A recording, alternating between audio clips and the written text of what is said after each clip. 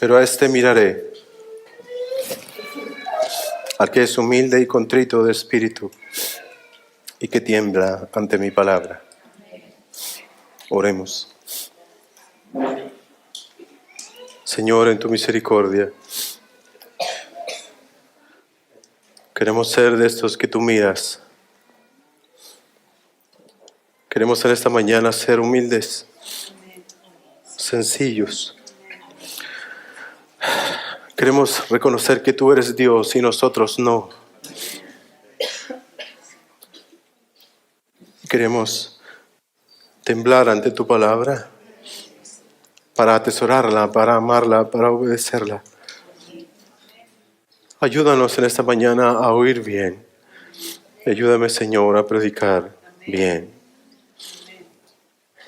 Te adoramos por tu bondad, tu fidelidad, que se manifiesta también a través de que constantemente tú nos hablas. Ayúdanos, Señor, en esta mañana, en el nombre de Jesús. Amén.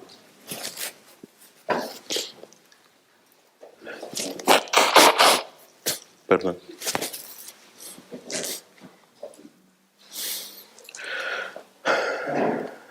Me cuesta comenzar después de cantar cosas como esas.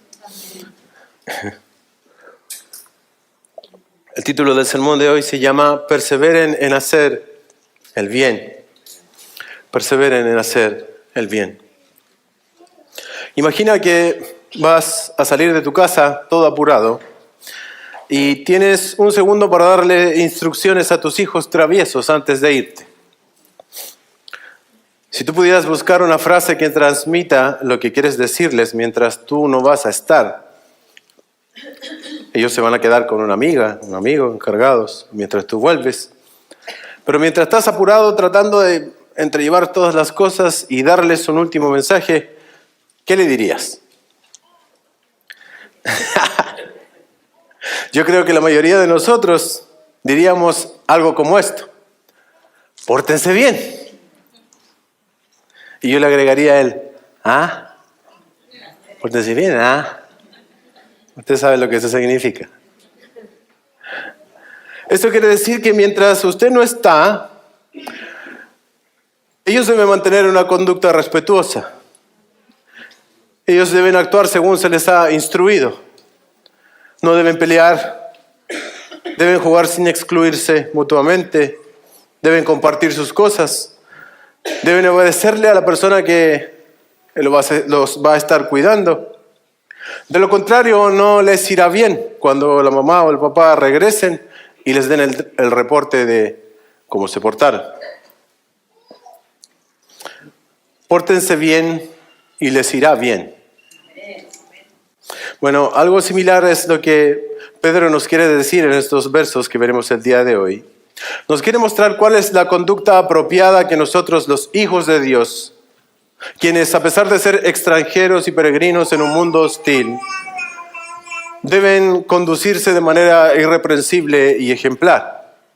Y si pudiésemos escuchar a Pedro, tal cual mamá, en un mensaje de un segundo respecto a lo que nos ha venido hablando, podría ser algo como esto. Para resumir nuestra actitud ante la vida, podríamos escuchar a Pedro diciéndonos algo como esto: perseveren en hacer el bien. Hagan siempre el bien. Escúchame, hermano, y haciendo esto, te irá bien. Dice el texto, por favor vaya a 1 de Pedro, capítulo 3.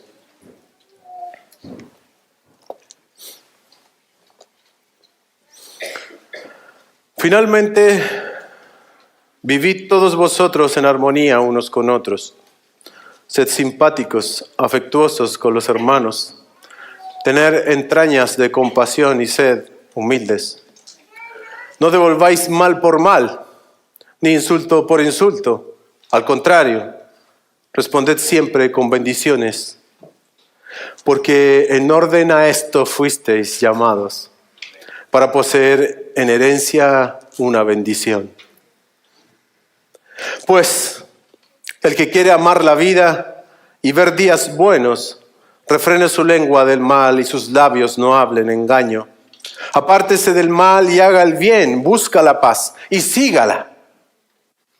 Porque los ojos del Señor están sobre los justos y sus oídos atentos a sus oraciones, pero el rostro del Señor está contra los que hacen el mal.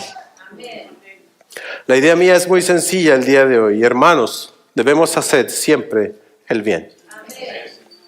La conclusión de Pedro dice finalmente, en conclusión, podríamos decir que se está refiriendo a la sección que hemos venido estudiando, probablemente desde el 2:11 en adelante, y que tiene relación estrecha con la conducta irreprensible, ejemplar que debemos tener ante los impíos. ¿Se acuerda de esos sermones? Y cómo la sumisión es la característica principal. Y ahora culmina sus palabras antes de empezar con, podríamos decir, el tema más principal, lo importante que Pedro va a tratar, que es el sufrimiento, que viene en los domingos más adelante, haciendo un llamado general a todo el pueblo creyente, perseguido y tratado con hostilidad por el mundo, a que mantengan entre ellos virtudes tales como la unidad, la compasión, el amor fraternal, la misericordia, la humildad, y por sobre todas las cosas estar siempre bendiciendo. En conclusión, hemos de estar nosotros siempre haciendo el bien. Para ver este texto, yo lo he separado en dos partes. Una, en el verso 8, que es que lo que se espera del creyente es que siempre haga el bien. Y del 9 al 12 voy a dar una razón bíblica, una buena razón bíblica para hacer siempre el bien. Lo que se espera del creyente, entonces, haced siempre el bien. ¿Cuáles deben ser las cualidades o características de un creyente verdadero respecto a su conducta en la vida diaria, personal, relacional, entre los hermanos y para con el mundo? Bueno, la primera frase que nos arroja Pedro es, voy a tenerla aquí abierta. En conclusión, sed todos de un mismo sentir. O sea, mantengan una especie de unidad interna del corazón. Y se trata de una disposición básica que debe caracterizar a todos los seguidores de Jesús en sus relaciones con los demás. Es una misma actitud, es una misma manera de enfocar las relaciones y las situaciones que nos acontecen. El mismo afán, por ejemplo, o la misma mente o pensamiento y anhelo de buscar la reconciliación y la armonía entre los hermanos. Ese es el sentir que debe morar en medio nuestro. La misma disposición que debemos tener todos de abandonar todo deseo de venganza a fin de preservar la unidad del cuerpo. La misma actitud para siempre perdonar ofensas y seguir recibiendo al ofensor arrepentido como un hermano amado. La siempre disposición a la renuncia a toda expresión de orgullo y prepotencia y la disposición a servir a los demás de una manera desinteresada y abnegada. Esas cosas, como por ejemplo, deben estar en nuestra mente, en nuestra manera de hacer iglesia.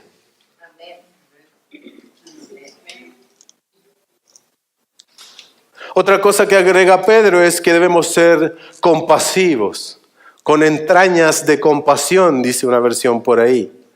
Y la palabra que viene traducida de esa compasión es símpates, que viene simpatía, que da a entender una disposición a ponernos en el lugar de otros para poder comprenderle. Solidarizar con las situaciones y las emociones incluso de los demás. Esa es la actitud que debe caracterizarnos a nosotros como creyentes. La simpatía, no la apatía. Como por ejemplo llorar con los que lloran y reír con los que ríen. Simpatizar con el hermano o con cualquiera que esté atravesando algún tipo de situación. Nosotros no debemos levantarnos como jueces y decir, eso no es así, no tienes que ser así. Simpatiza primero. Simpatiza primero. Fraternales, amándonos como hermanos, porque si estamos en Cristo, eso es lo que realmente somos. Si eso es así, entonces no somos enemigos. Tu hermano no es tu enemigo. Y tu enemigo, si es que tienes enemigo, debe ser objeto total de tu amor. Comprendiendo que si realmente un miembro de la iglesia es un verdadero creyente, entonces pertenece a la familia de Dios. Es mi hermano porque tenemos un Padre celestial y ese es un gran vínculo. Y si eso es así, mi relación para con Él debe ser con la finalidad de ayudarlo, protegerlo, de interesarme por su bienestar, defenderlo, porque eso es lo que hacen los hermanos. Amén. No como los de José.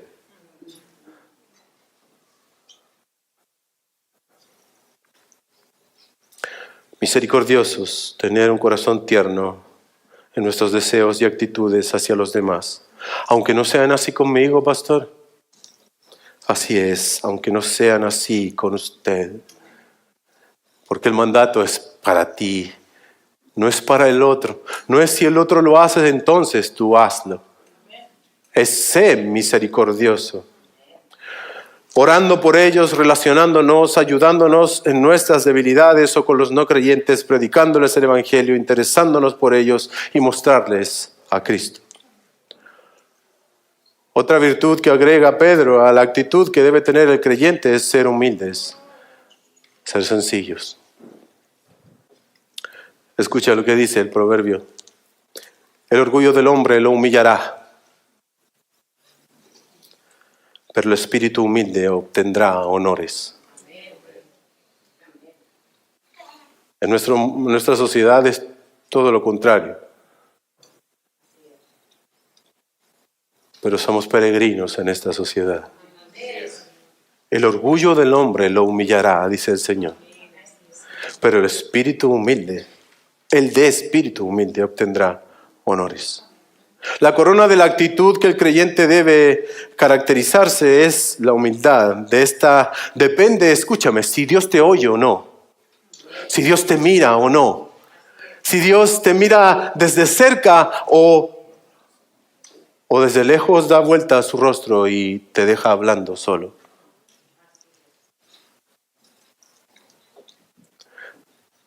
El humilde también se caracteriza por el servicio y por darse por otros, tal cual lo hizo Cristo.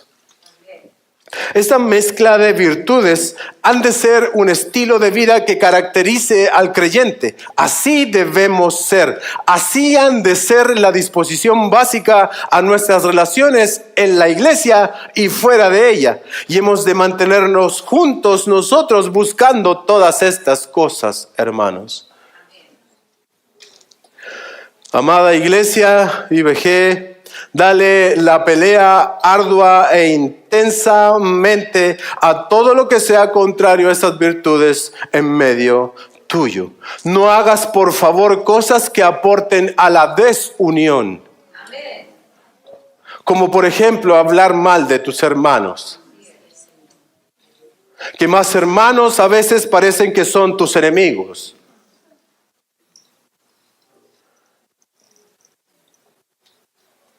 Procura en tener una alta estima a la iglesia y no te dejes seducir por el orgullo y por el espíritu crítico consumidor no relacional. ¿Escuchaste eso? El espíritu crítico, consumidor, no relacional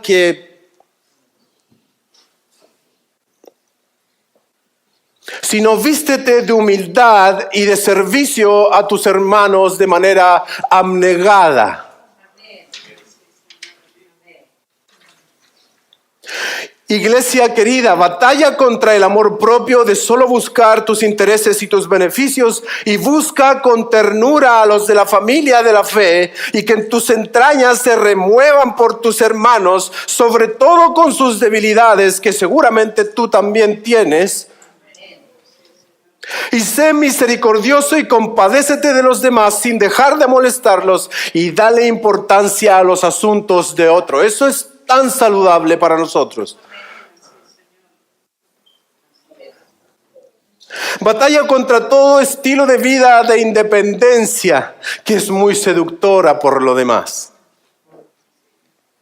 sin dejar entrar a los demás, lo cual no aporta a la fraternidad.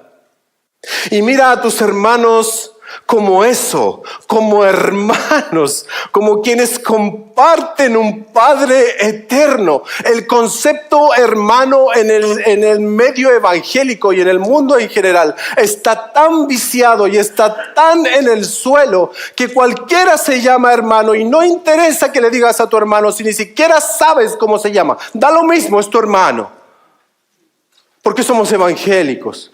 Por lo tanto, nos decimos hermanos. Aunque no sepamos nada del otro, somos hermanos. En parte eso es cierto, pero el llamado es a que si somos hermanos, entonces hemos de vivir como hermanos.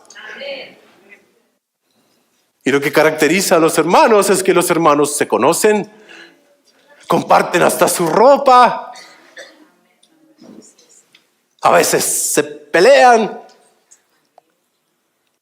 y el papá los castiga. Y se hace que se pidan perdón. Y ahí andan jugando de nuevo. Como que nada pasara.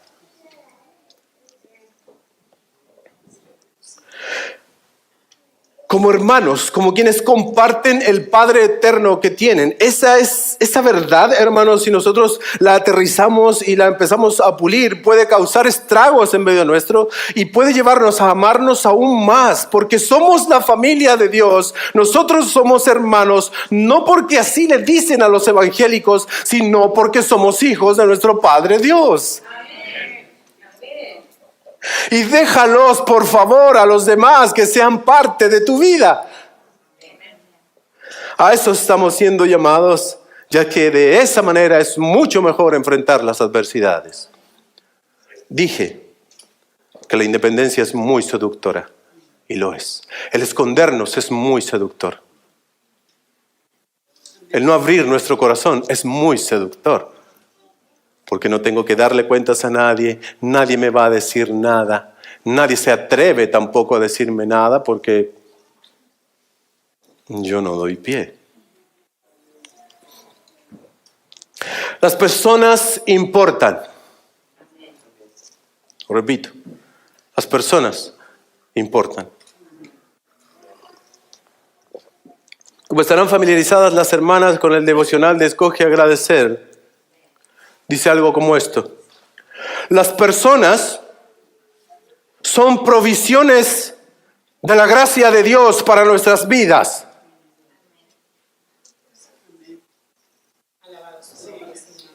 Las personas son provisiones de la gracia de Dios para nuestras vidas. Haz un ejercicio y mira a tu alrededor, a tu hermano. Dios lo puso ahí a tu lado como una muestra de su gracia. Quizás al lado tuyo hay uno con quien has llorado, que te ha visto en lo más bajo de tu caminar cristiano y aún así sigue amándote.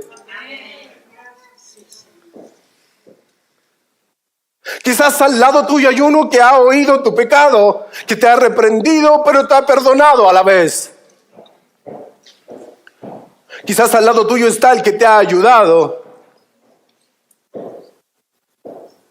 Y como quieras, todo esto es una muestra de la gracia de Dios para tu vida, y eso es hermoso. Iglesia, busca el amor fraternal no fingido es una bendición. Y para los que puedan decir, es que yo lo he hecho, pero no me ha resultado, entonces algo ha fallado, la verdad. Pero no el diseño de Dios. Quizás nuestras motivaciones no son las correctas. ¿No es acaso un gran desafío que debería ponernos a orar? Que nuestra forma de relacionarnos esté marcada por la compasión, por la misericordia, por el amor fraternal, por la humildad. ¿Usted puede ver esas virtudes en su interacción con otros? Hermanos, esto es tremendo, es muy fuerte, la verdad. El meditar en estas cosas, tú dices, ya, a ver, ¿cómo yo reacciono? ¿Cómo me relaciono con tal? Y empiezas a tratar de darle tic a todas estas cosas. Y yo creo que se nos va poniendo un poco pesado el tema.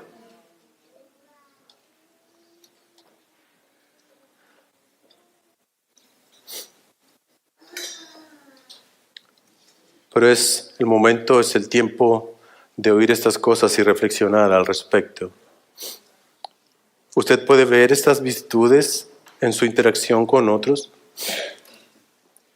Ahora, si debemos entonces siempre procurar hacer el bien, yo quiero darle una buena razón bíblica por la cual hacer el bien y mantener estas virtudes. El texto sigue avanzando y Pedro agrega una virtud más a las anteriores. Y dice esto, mira, que es de lo cual se va a tratar la última parte que tengo. No devuelvan mal por mal, ni insulto por insulto, sino que respondan siempre con bendiciones. Sería fácil vivir el verso 8 que acabamos de ver en un contexto aislado, sin relacionarnos. El tema es que como estamos llamados a relacionarnos, tanto en la iglesia como en el mundo, todo se pone un poco más difícil. Porque mantener la actitud del verso 8 es fácil si nosotros vivimos en una burbuja o no vivimos con nadie. Pero es complejo en comunidad y es complejo relacionándonos. Y eso se complica aún más si en ese relacionarnos hay quienes se nos oponen o derechamente hay gente que desea nuestro mal. Porque al relacionarnos estamos sujetos a los atropellos de los demás. Es por eso que es tentativa la independencia. Porque nos evitamos cualquier tipo de roce. Entonces, como yo exploto rápido, soy más sabio y me escondo. ¿Cierto? ¿Será eso lo que tenemos que hacer? No, para allá no va la cosa.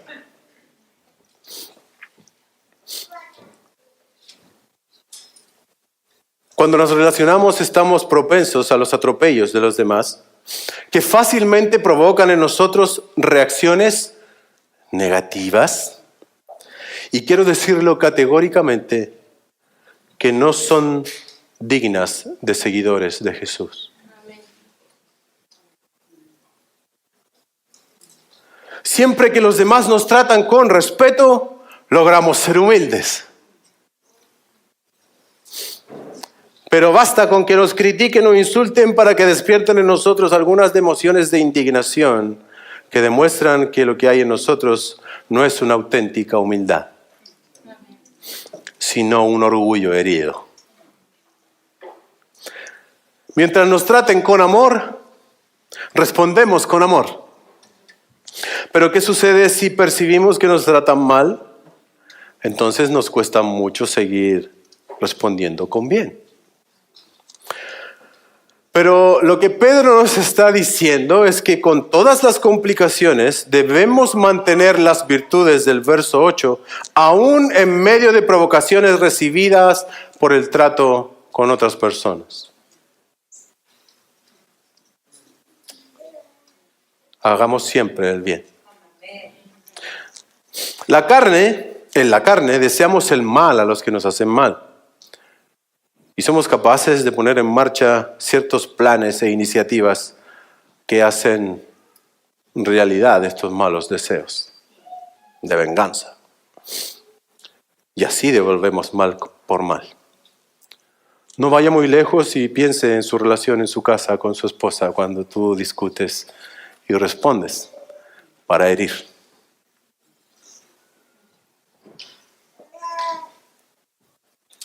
Igualmente, si otros hablan de nosotros, nuestra inmediata tendencia es ¿a qué?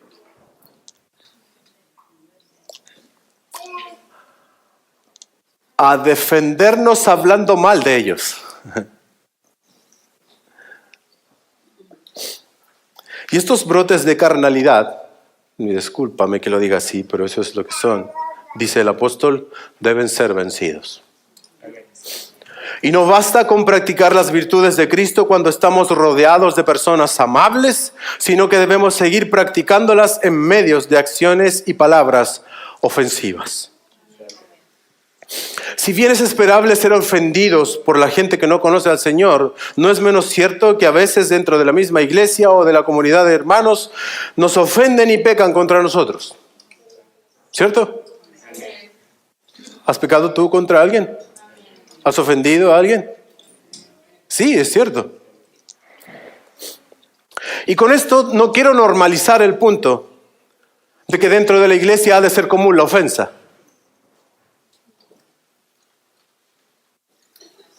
O que dentro de la iglesia es normal que pequemos los unos con los otros. No quiero normalizar eso, por eso hago la aclaración. No quiero que tú pienses que estoy normalizando que dentro de la iglesia sean común los malos tratos, el hacer mal a la gente, el hablar de la gente, no con buenas intenciones. Y aunque eso sucede, no es algo normal ni es sano que la iglesia se conduzca y tenga esas prácticas en su vida. No debe ser algo normal. Lo normal son otras actitudes. Lo normal es lo que el mundo necesita y lo que los demás necesitan de ti. Misericordia, compasión, humildad y fraternidad.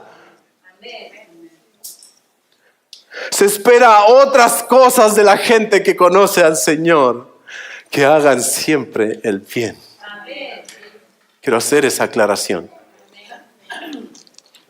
En esto el apóstol nos hace más que seguir, nada más que seguir la enseñanza misma del maestro. Cuando él dijo, ¿se acuerdan en este texto que probablemente todos se saben, pero realmente si lo meditamos es, wow.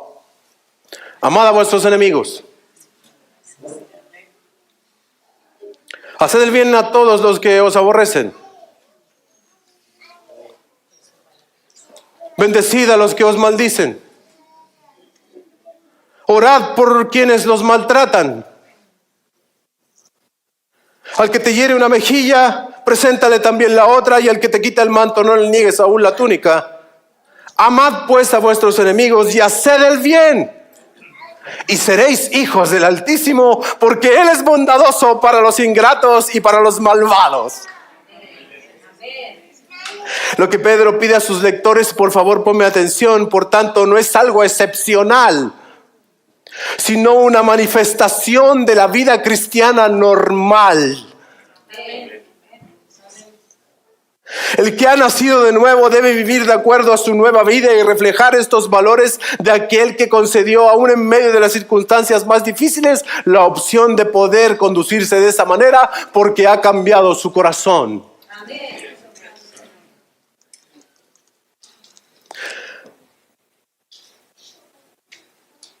La palabra que dice aquí, no devolviendo mal por mal o insulto por insulto, sino más bien bendiciendo, es la palabra en el original eulogeo, de donde viene la palabra elogios. El creyente ha de ser una persona que se caracterice por su hablar elogiando a otros. Eulogeo es alabar, dar gracias, hablar bien de, bendecir, obrar con bondad hacia, beneficiar. Hablen bendiciones Porque en orden a las bendiciones ustedes fueron llamados. Me encanta como lo plantea la NBI. Otras versiones dicen, porque fuisteis llamados a fin de heredar bendición. Si tú fueses de la realeza, si fueses heredero a algún trono, todo lo que tú harías, tu educación, tu preparación en la vida sería en base a lo que un día heredarás. El reino. Y si heredaras el trono, si vas a heredar el trono, entonces deben comportarte como un heredero. Y si nosotros fuimos llamados para heredar bendición, es antinatural que nosotros hablemos y seamos otra cosa que no sea bendición.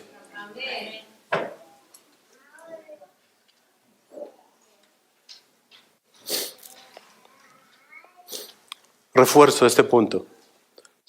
Santiago 4 dice, no hablen mal los unos de los otros.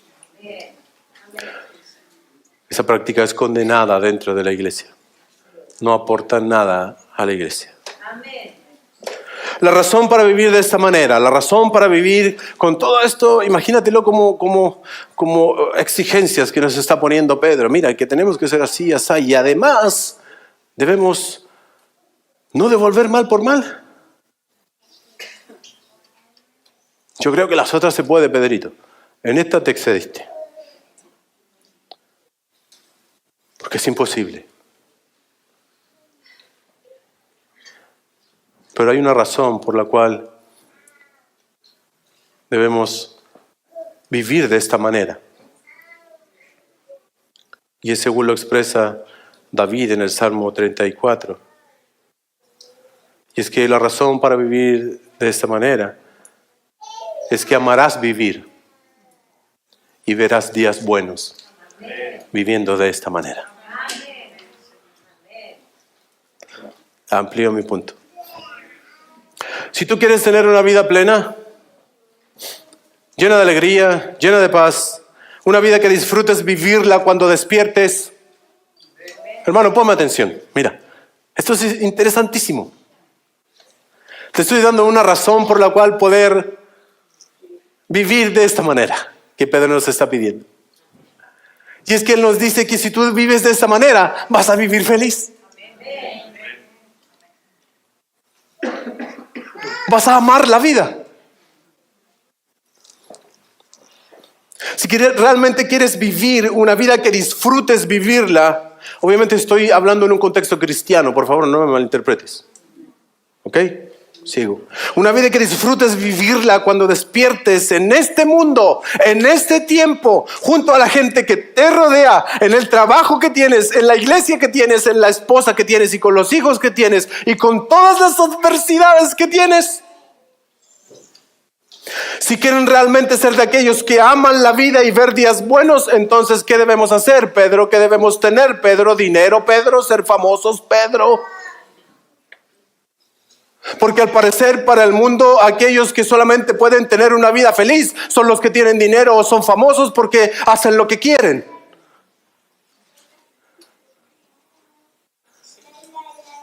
Pero como leía Wildo en el texto, ese no es el secreto de la vida feliz. Pues el que quiere amar la vida y ver días buenos, escucha, refrene su lengua del mal.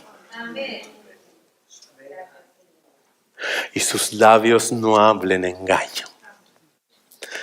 Apártese del mal, haga el bien, busque la paz y sígala. Ahí tienes el secreto de la vida feliz. ¿Dónde está el dinero? ¿Dónde está la fama? ¿Dónde está la salud? Pedro dice, tiene totalmente relación con tu boca y con tu corazón.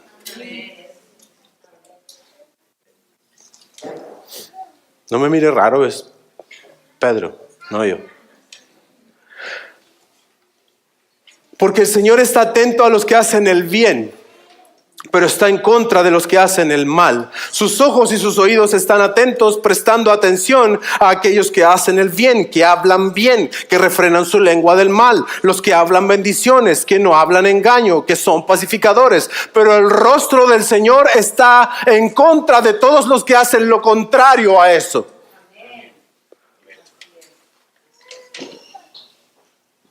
El texto dice, y luego veremos su confirmación práctica, que si quieres ser feliz en esta vida, amando, esta expresión es interesante, es impresionante. Si quieres amar la vida, si quieres estar feliz viviendo, Pastor MacArthur dice, plenamente viviendo. Si quieres acostarte diciendo, qué maravilloso día, gracias Señor que llegue mañana nuevamente para vivirlo.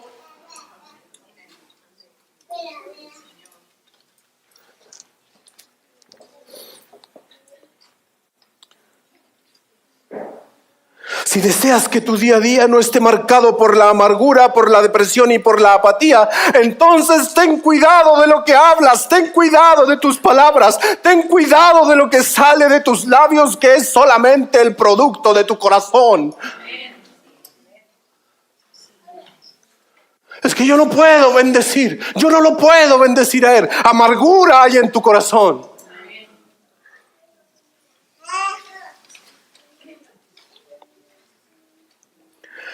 Aléjense, dice Pedro, de todo tipo de mal y vivan su vida esforzándose por estar en paz todos los unos con los otros. Ese es el secreto de la vida feliz, como muchos le han puesto al título de esta sección. Lo contrario, hermano querido, solo te va a traer odio para la vida y nunca vivir feliz. Y las adversidades de la vida solo aumentarán tu amargura y apatía por la vida misma.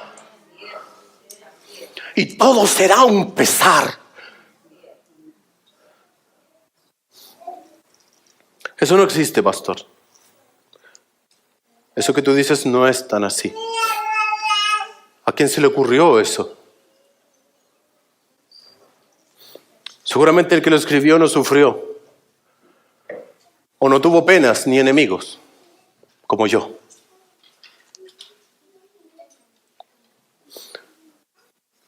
Yo no puedo amar la vida, pastor, porque a mí me ha tocado una vida muy difícil. Y no quiero decir que no sea cierto, que te hayan tocado vidas difíciles. Pero no voy a ir nunca en contra de la palabra del Señor. Seguramente el que lo escribió no ha pasado lo que yo he pasado.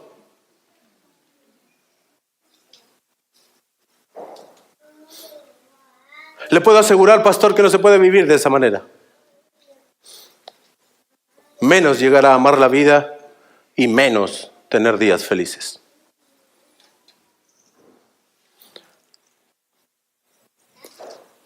Si tú piensas de esa manera es porque necesitas a Cristo en tu vida. Ahora, si tú crees que no están así y que al que se le ocurrió estos versos estaba en otra dimensión, solo te pido un poco de atención en estos minutos finales. Y hablaré de la persona que está citando Pedro. Pedro en los versos del 10 al 12 de nuestro texto cita a David. Fue él quien escribió estos versos. Pedro está citando el Salmo 34 que leyó Nelson al principio. Ahora yo no sé si aquí, en medio nuestro, hay alguien que ha tenido un enemigo durante mucho tiempo intentando incansablemente darte muerte. Y que más encima sea tu suegro. Y que más encima tú le sirves con mucha sinceridad. ¿Hay alguien aquí? ¿No? Ya nos superó el que escribió eso.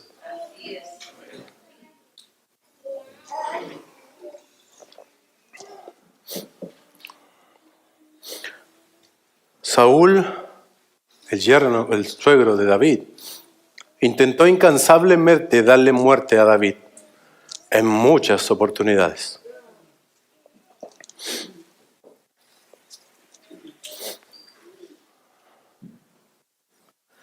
Y te enumero algunos de los males recibidos por parte de David, a David por parte de Saúl. Y cuando termine, quiero demostrarte lo que él entregó en respuesta a esos males, para que veamos si el hombre que escribió estos versos es consecuente con lo que escribió. ¿Me entiendes? Sí. Te enumero algunos males que recibió David. 3 veces, mira, esto es interesante. 3 veces le arrojó Saúl a David una lanza con el propósito de dejarlo clavado en la pared para darle muerte mientras éste estaba tocándole el arpa para que estuviera tranquilito el rey. 3 veces. Pero el Señor lo libró. Además, Saúl le ofrece una hija para darla en casamiento con él, solo con el fin de que pudiese pelear más batallas y estuviese más expuesto a la muerte. Entonces le dice, ¿tú quieres ser mi yerno? Sí, entonces anda a pelear con valentía, David, y tendrás a mi hija. Allá fue David a pelear. Adivine qué pasó. Los venció a todos. Acto seguido, el suegro no le da a la hija, se la da a otro. ¿Y David? Lo único que dijo es, ¿quién soy yo para que el rey me considere ser parte de su familia, yo siendo nadie? Saúl, nuevamente con el deseo de exterminar a David por medio de la batalla, le ofrece su otra hija. Y David le dice, pero yo no tengo para pagar el dote por tu hija. Yo necesito 100 prepucios de filisteos. Con eso estoy pagado.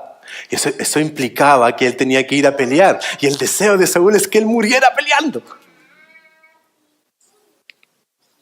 200 prepucios les trajo antes de la fecha que él había pedido. Y le tuvo que dar a su hija.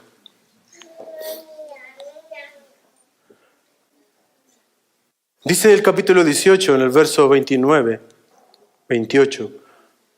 Cuando Saúl comprendió y vio que el Señor estaba con David y que su hija Mical lo amaba, temió Saúl aún más a David.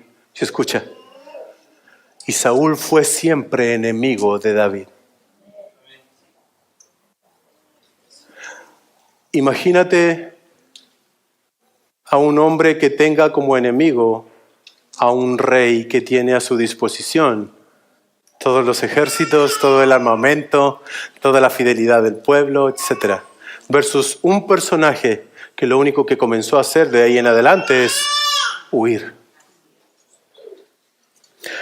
Eso estaba recibiendo David. Luego de estos episodios que te estoy contando, Saúl, con su celo ardiendo y su indignación, solamente quería matar a David. Por lo tanto va y dice, vayan, pónganse en su casa y vigílenlo para matarlo. Y él estaba con su esposa y su esposa lo terminó salvando. Desde la ventana lo arrojó. Amor mío, ándate por la ventana porque te vienen a matar. De ahí en adelante comenzaría lo que sería una cacería de Saúl a David. Una cacería, hermanos. Lo que David estaba recibiendo por parte del rey es una cacería por su vida. David lo expresó de la siguiente manera. Su vida caracterizada de irse a un lado a otro, dijo, apenas hay un paso entre mí y la muerte. Así me siento yo con el rey persiguiéndome. A un paso de la muerte. Eso basta. hasta que llegamos al escenario donde el Salmo 34 que cita Pedro es escrito, que hace referencia a 1 Samuel 21, donde dice que David huyó de Saúl y fue a Gat, donde el rey Aquís. Y luego se tuvo que ir nuevamente de ahí y se salvó haciéndose pasar por loco, ya que tuvo mucho temor del rey Aquís de Gat y terminó refugiado, escúchame, en una cueva. Lo que quiero que pienses es, ¿qué recibió David? El que escribió estos versos. Males, persecución, muerte y maldiciones, enemigos, injusticia. ¿Cómo respondió cuando tuvo la oportunidad de responder?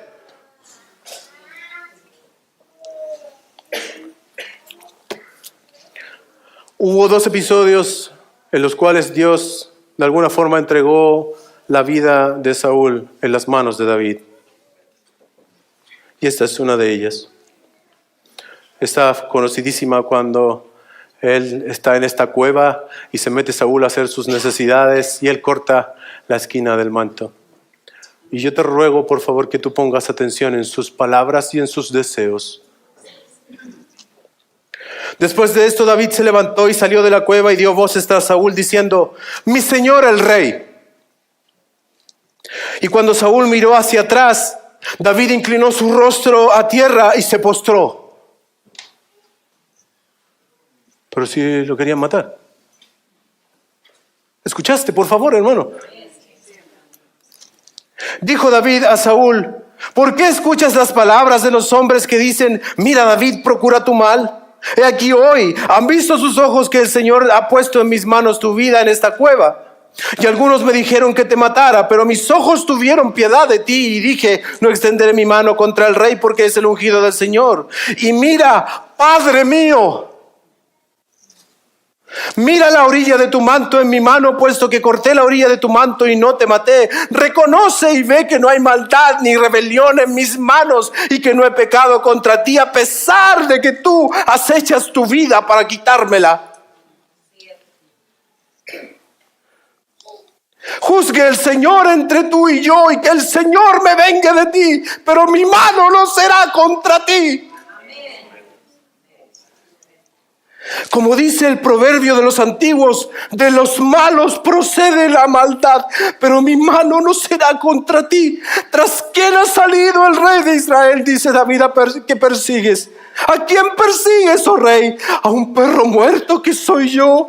¿A una pulga que soy yo comparado contigo? Sea el Señor juez y decida entre tú y yo. Él vea y defienda mi causa y me libre de tu mano. Y sucedió que cuando David acababa de decir a Saúl estas palabras, Saúl dijo: ¿es esta tu voz, David?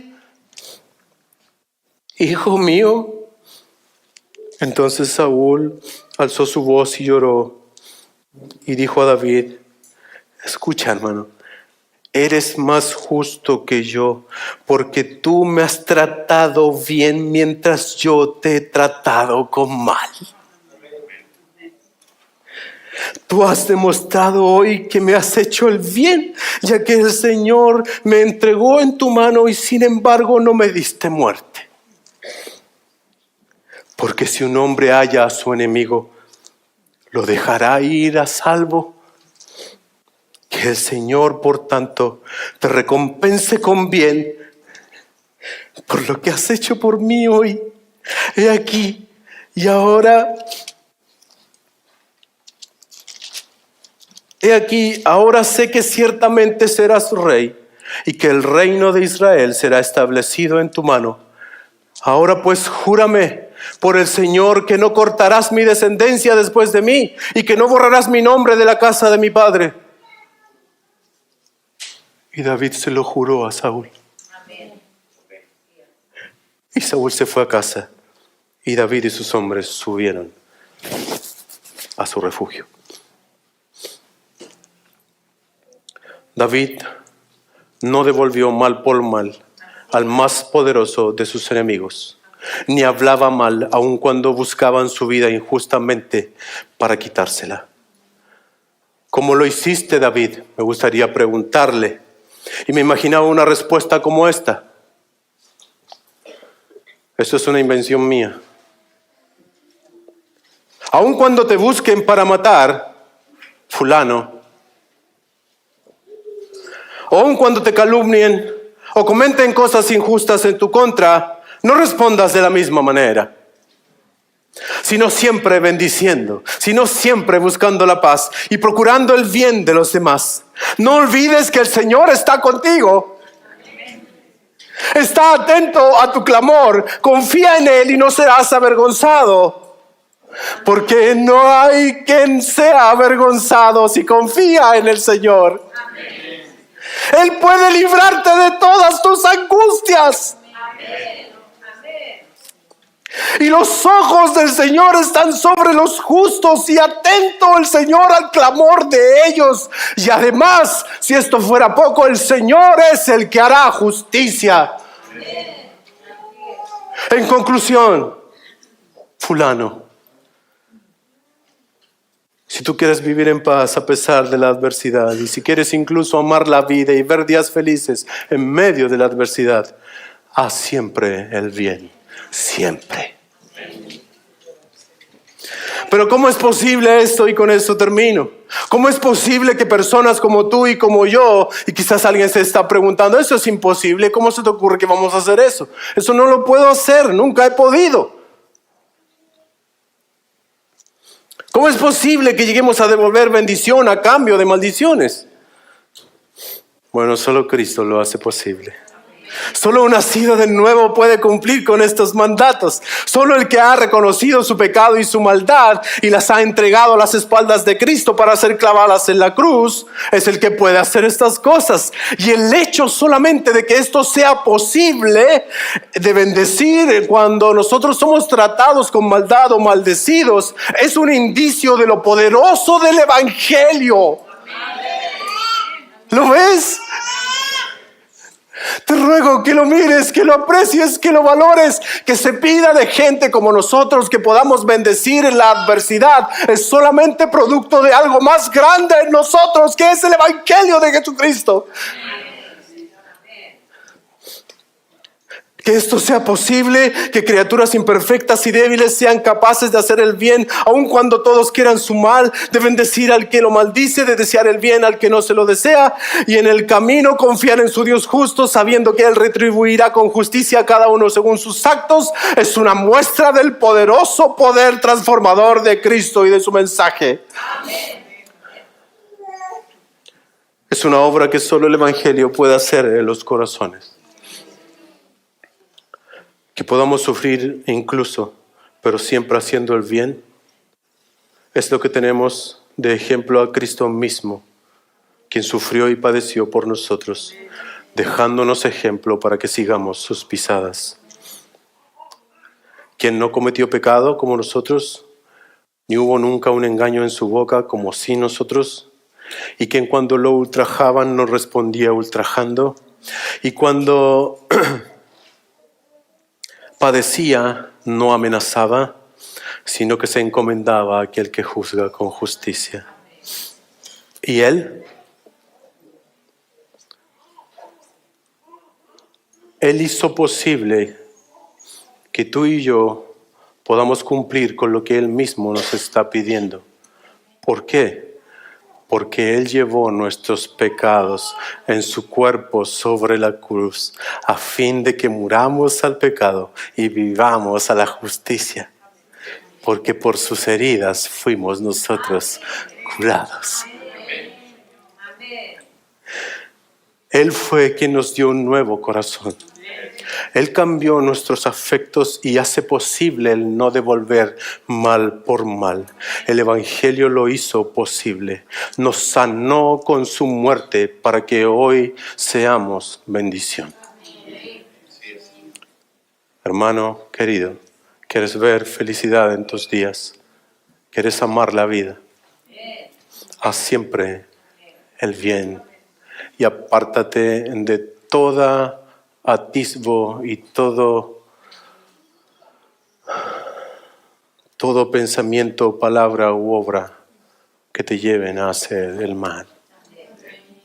Oremos.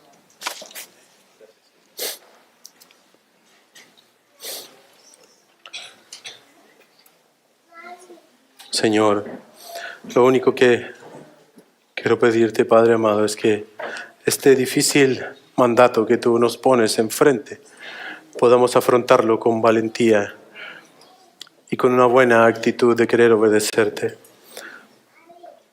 Señor, examina y redarguye mi corazón y el de mis hermanos, para que podamos darte cuentas positivas de nuestras relaciones para con los otros, porque realmente tú conoces nuestro corazón y sabes si realmente nosotros somos o de bendición o no para los que nos rodean. Señor, procura que podamos tener este deseo de amar la vida, apartándonos de hablar mal, de hablar engaño y de hacer maldad. Señor, ayúdanos porque te necesitamos, porque separados de ti nada podemos hacer. Oramos en el dulce nombre de nuestro Salvador Jesús. Amén.